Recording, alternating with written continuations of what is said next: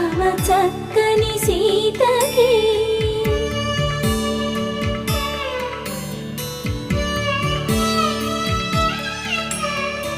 ఎర్ర జాబిలి చేయి రాముడేడని అడుగుతుంటే చూడలేదని పెదవి చెప్పే చెప్పలేమని కనులు చెప్పే నల్ల పూసై